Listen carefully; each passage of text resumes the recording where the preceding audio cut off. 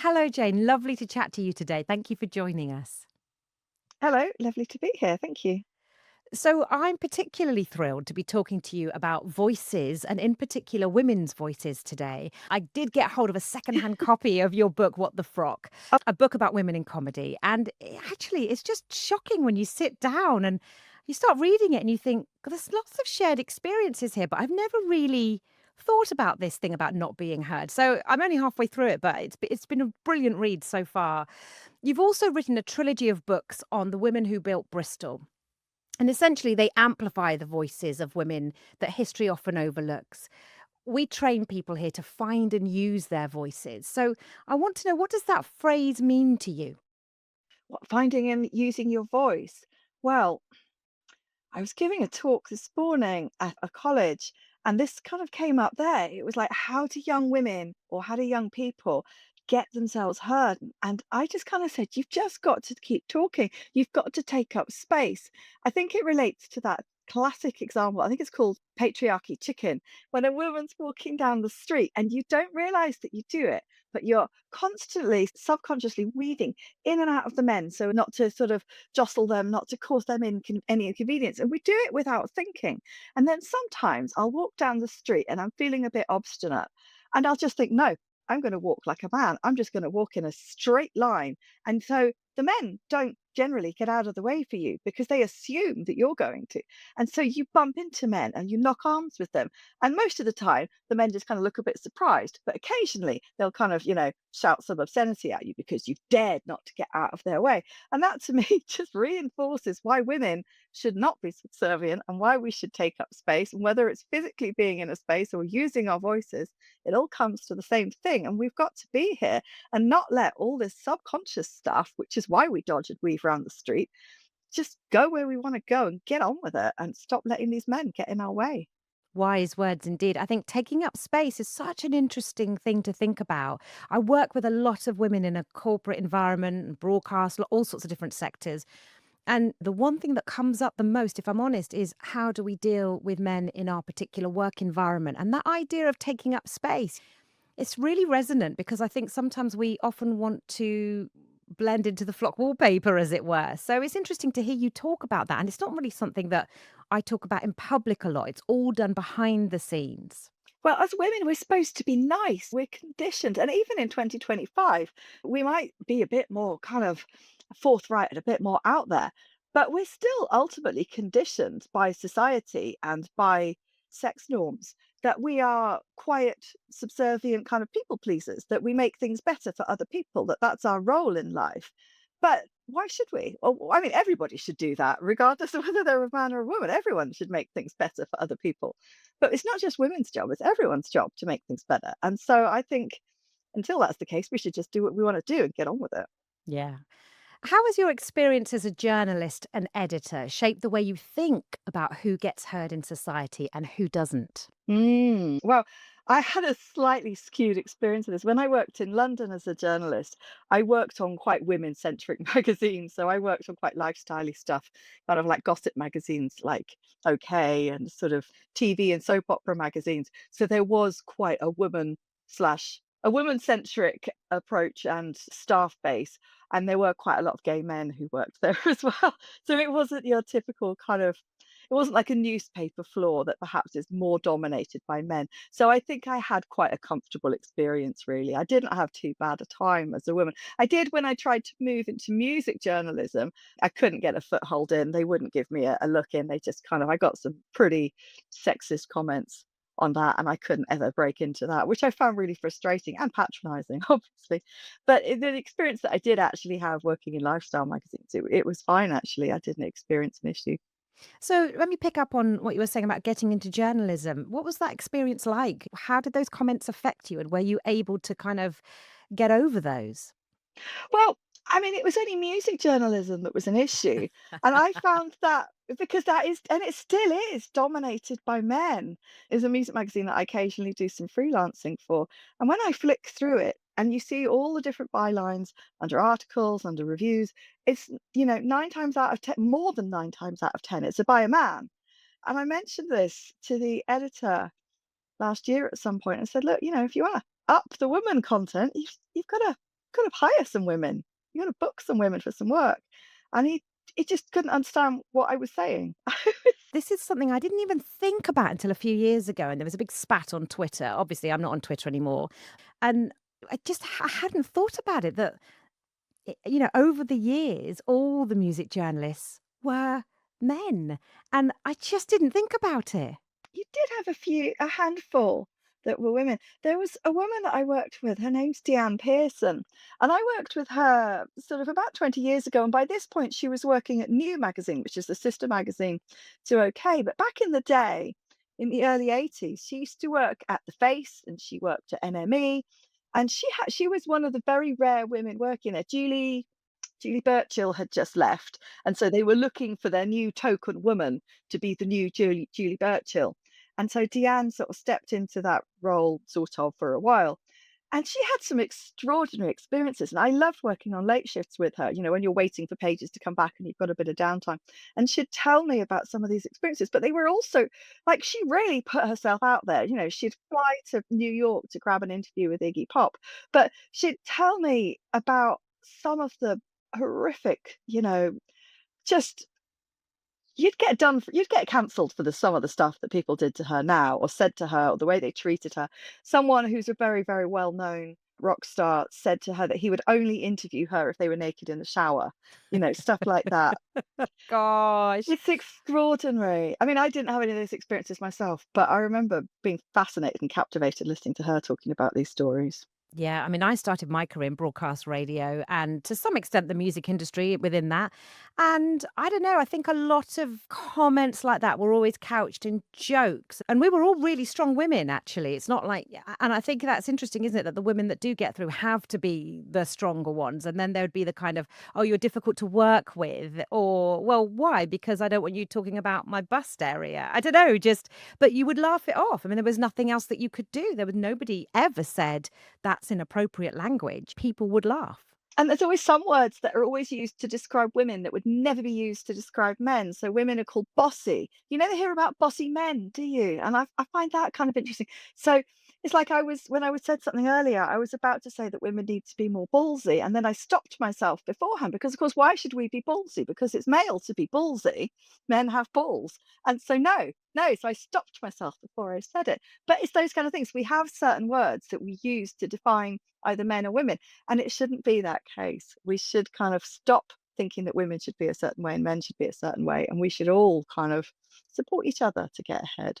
Yeah, and I work with wonderful men and have done throughout my whole career. I sat down and read half of your book yesterday, and suddenly I thought, I'm really resonating with this. And I hadn't thought Oh, about it in these terms before. One woman who I really admire in the music industry as a journalist is Miranda Sawyer. yes. I think she's absolutely brilliant. And I think that's because I feel like I'm similar to the things that she's into, and she's a brilliant writer, and I feel like she's a peer. I don't feel like she's playing a role when she does her interviews. Does that make any sense? I feel like I wanna hear what she's saying.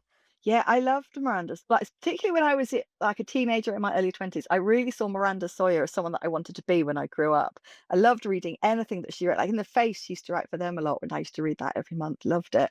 And she'd always write really cool stuff. Like she'd just write an 8-page article about trainers. And I think, yes, why can't you write an 8-page article about trainers? Trainers are actually quite fun. Anything can be fun if you write about it well, and she can write about anything well. But also, I think what's good about her is, especially as her career's gone on, she's moved into broadcasting a lot. You often see her on TV or hear her on the radio, and she's a great speaker. I've heard her in person at a number of book events, and she's a really great speaker, and she's funny, and she knows how to hold an audience, and she knows how not to dominate time. If she's in conversation with someone, she knows how to make sure that everyone has their fair share. And I think that's quite a skill as well. She's an all-rounder. She's quite annoying in that way. She's great. I'd love to interview her. And have you watched the documentary, the Loaded documentary? She's Yes, I have so seen brilliant. that. I just thought it was, and I thought it was such a good documentary as well. I just thought, because that the 90s was when I was younger.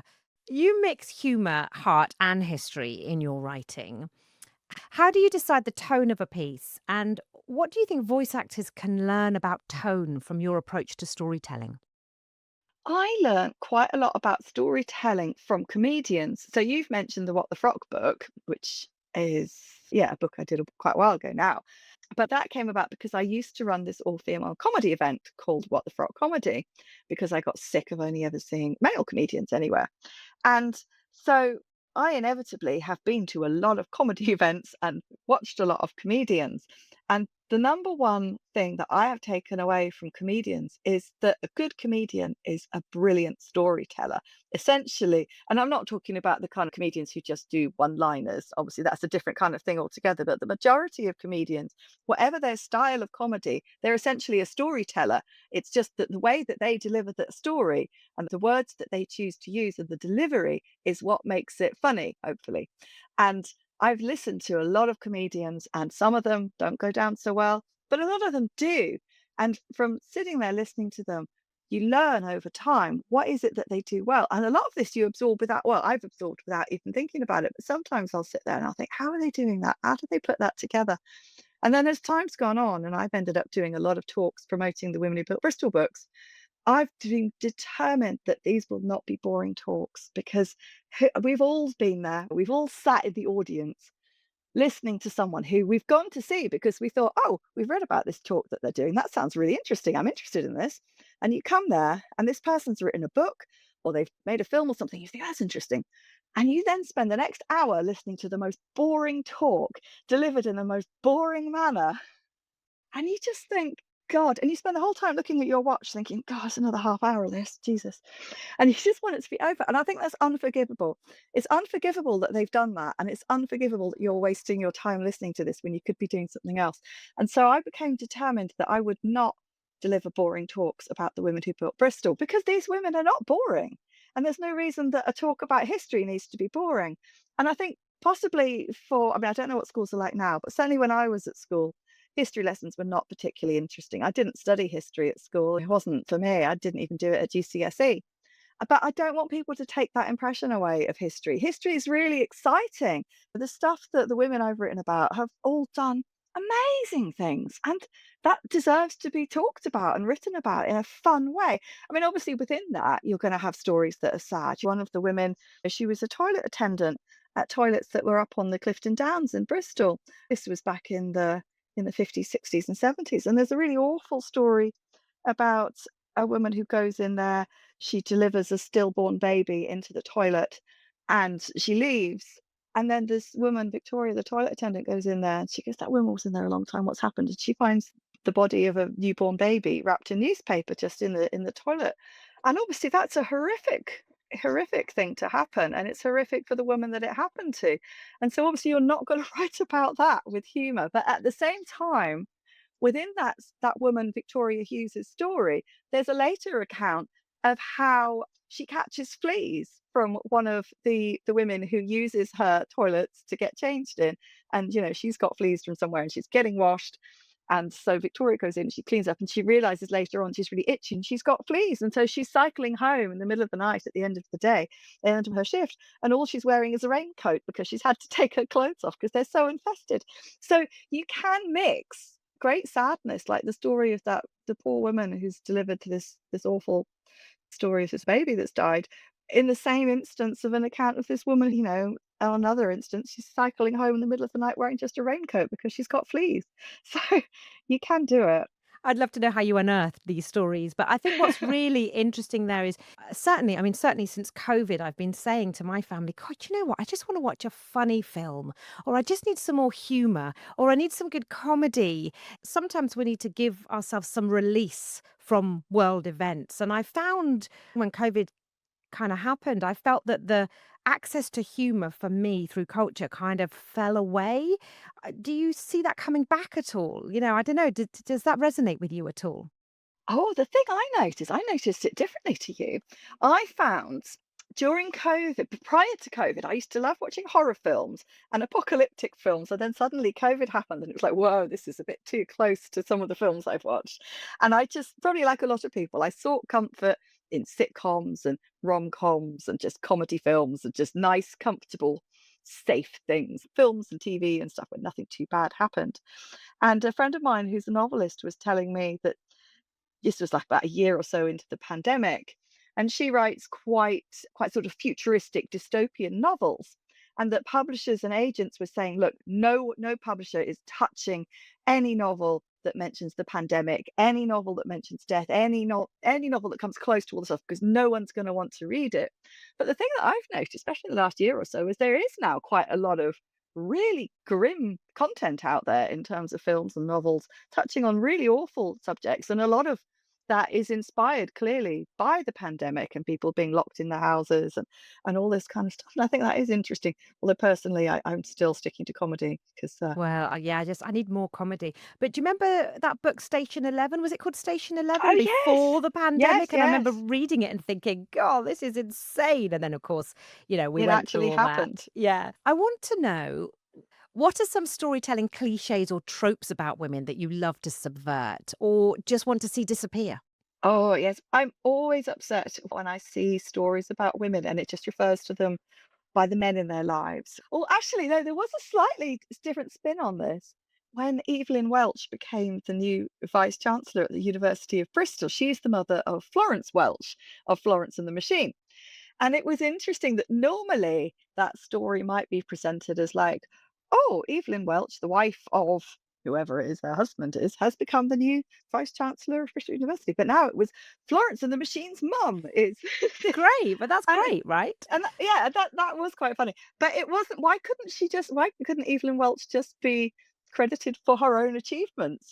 This isn't her first job. She's been around for a while doing all sorts of very impressive, smart things Yeah. in academia. Why couldn't she just be told, wow, the woman who was previously this is now this? Well, it could be, just to kind of counter that, maybe it could be about bringing in a younger generation who would know who Florence Welsh was. I don't know. I don't know. True, true.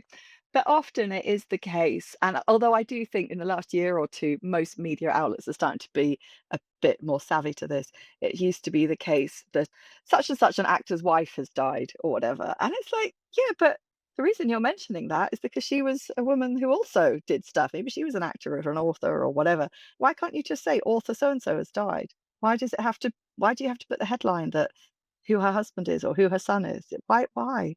We just get so used to it, though, don't we? That we just don't question it. And it's only in recent years we've started to question this stuff. But just because we're used to it doesn't mean it's okay. I know that's not what you're saying, but No, I mean, I agree with you. It's just the reason I say that is because, starting to read your book yesterday made me think there are things that you talk about in your book that as soon as you talk about, I just go, well, yeah, of course. I mean, that's happened loads of times to me, but it's not ever something that I've questioned or made a stand on necessarily. And I would say, and people that know me would say I'm a pretty strong character. And yet, still reading your book, I would say, oh, yeah, and I've never questioned those things either. So it's really fascinating when you put it down in print for me. well, I would say that if you wanna take that a step further, a book I finished reading a week or 2 ago, which has just made recommended it to absolutely everybody I've spoken to, so now I'm gonna recommend it to you, and it's by do you know the account on Instagram and Facebook called The Man Who Has It All? Which No, look I it don't think up. I do. Look it up. You'll be so pleased that you found it.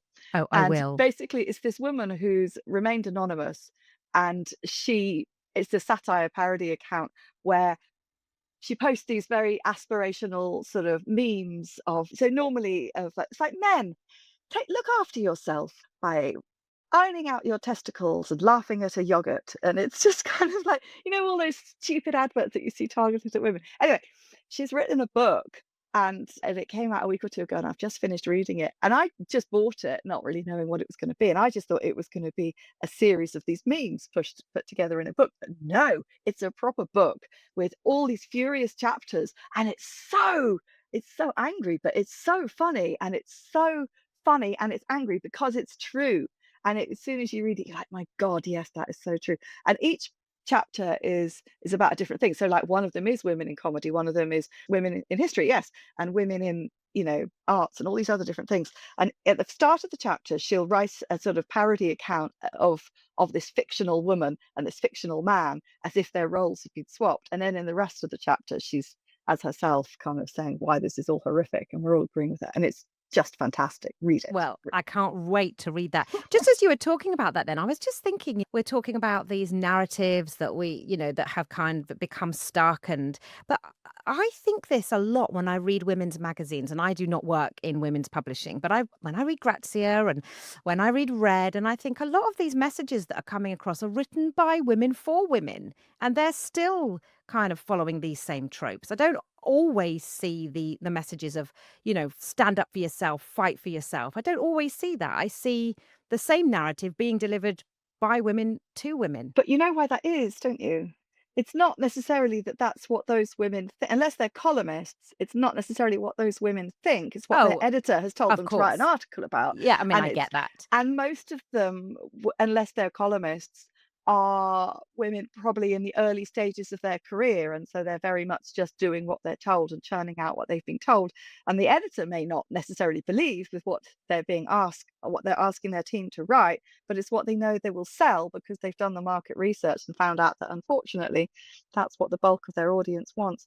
But perhaps like you, I don't buy so many magazines as I used to, which is terrible as someone who used to be a magazine journalist. But for the reasons that you've just outlined, the magazines aren't telling me what I want to know. Yeah, yeah. It's really fascinating to talk about it all. So we've mentioned you're a journalist and you've written for these glossy magazines and now your own books. What do you think is the through line in your voice across all these formats?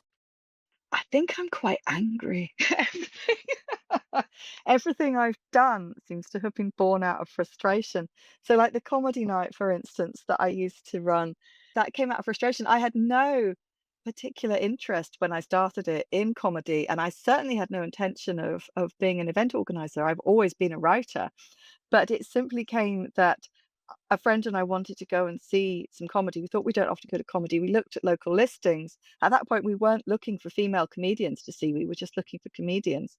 And it was very clear that we were only being offered male comedians. I contacted one or two local comedy club promoters and said, "How come you don't have many women?" They were immediately defensive and said, "Oh, but we've had Lucy Porter and Shappy Khorsandi in the last year." And I was going, "Well, that's great. Could you also please list the men that you've had in the last year? Because I think it's more than two." And they never responded.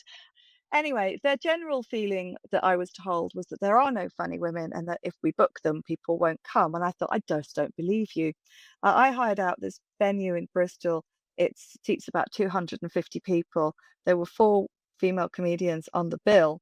I wouldn't normally say female comedians, by the way. I would normally say comedians, but just to make it clear what we're talking about here.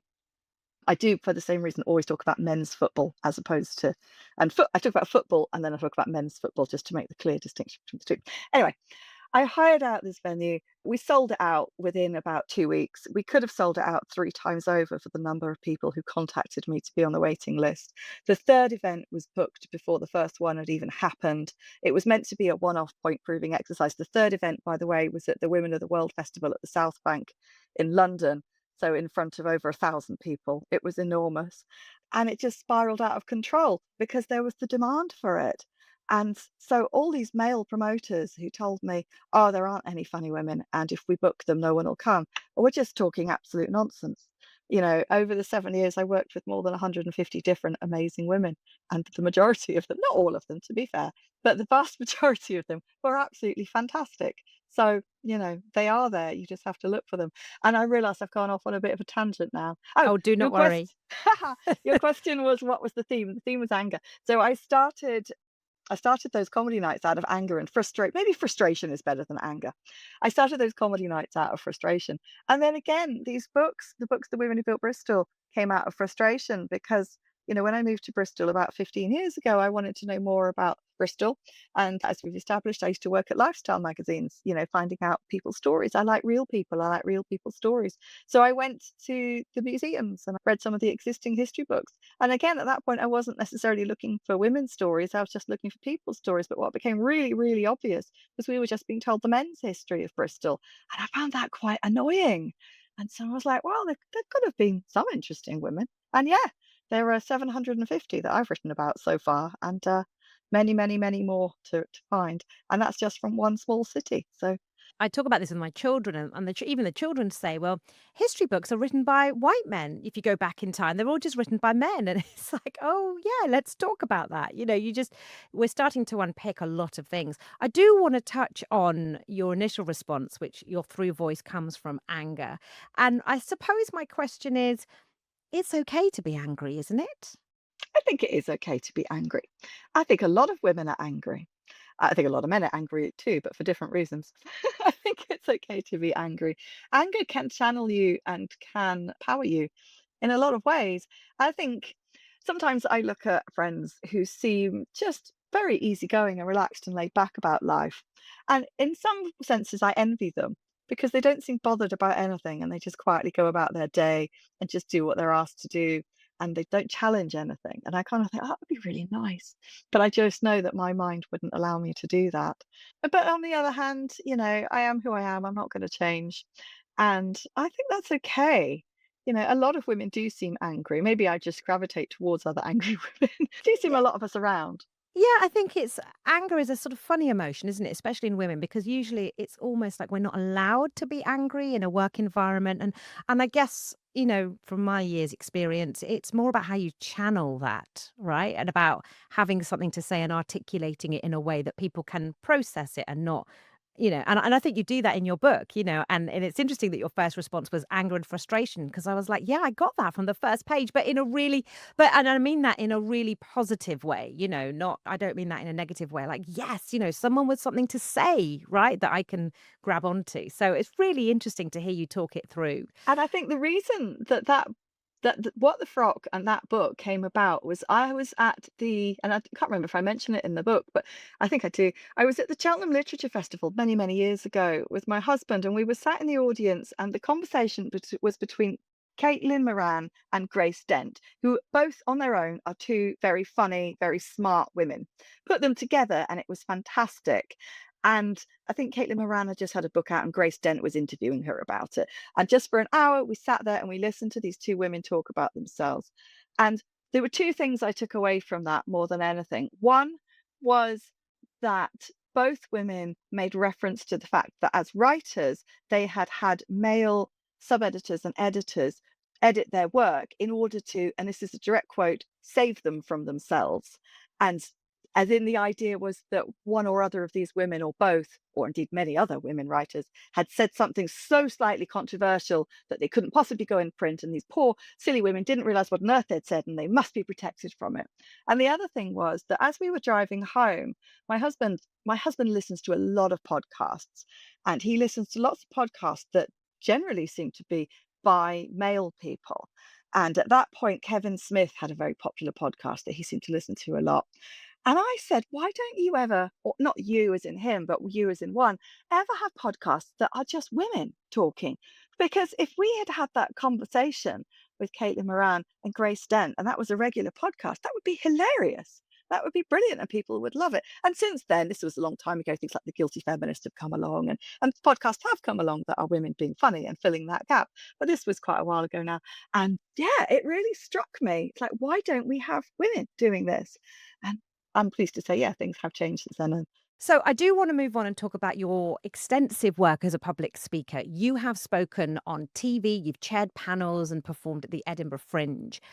Do you approach public speaking like a performance, and how do you prepare? yeah, I do treat it a bit like a performance. I don't think it's the real me. That it's a character of me. Remember there was that thing with Lorraine Kelly a few years ago where she was claiming, do you remember this? Where she was claiming tax expenses for the character of Lorraine Kelly. Well, I mean, very clever. Yeah, and I think it's true. I bet if you go round to Lorraine Kelly's house, I bet she isn't the same as the Lorraine Kelly who you see on TV, for instance.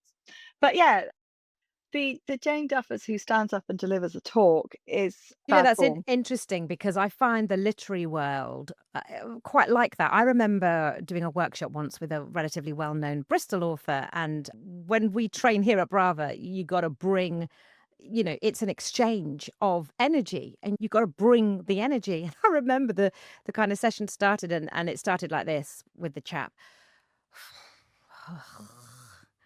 And I was so taken aback. I sort of said, "Would you like to reschedule this? Because, there's no need to do it now." And And so he said, "No, no, no, we'll carry on." And I got to the end of it. I thought that was absolutely the worst encounter with an individual I've ever had. And I get it. You're tired. Maybe life stuff has happened, but cancel it. Please don't come with that lack of energy, because I would be appalled if we did that with our clients. But anyway, As a guest on a show on BBC Bristol, and it was like a morning show. And the format was that the host, who was very good, had two different guests who would be in the studio for the morning, and then he would kind of chat with the different people, but throughout the morning. And so you were there for quite a while. And that was fine. I was up for it. But the other woman who was invited as the guest clearly wasn't up for it.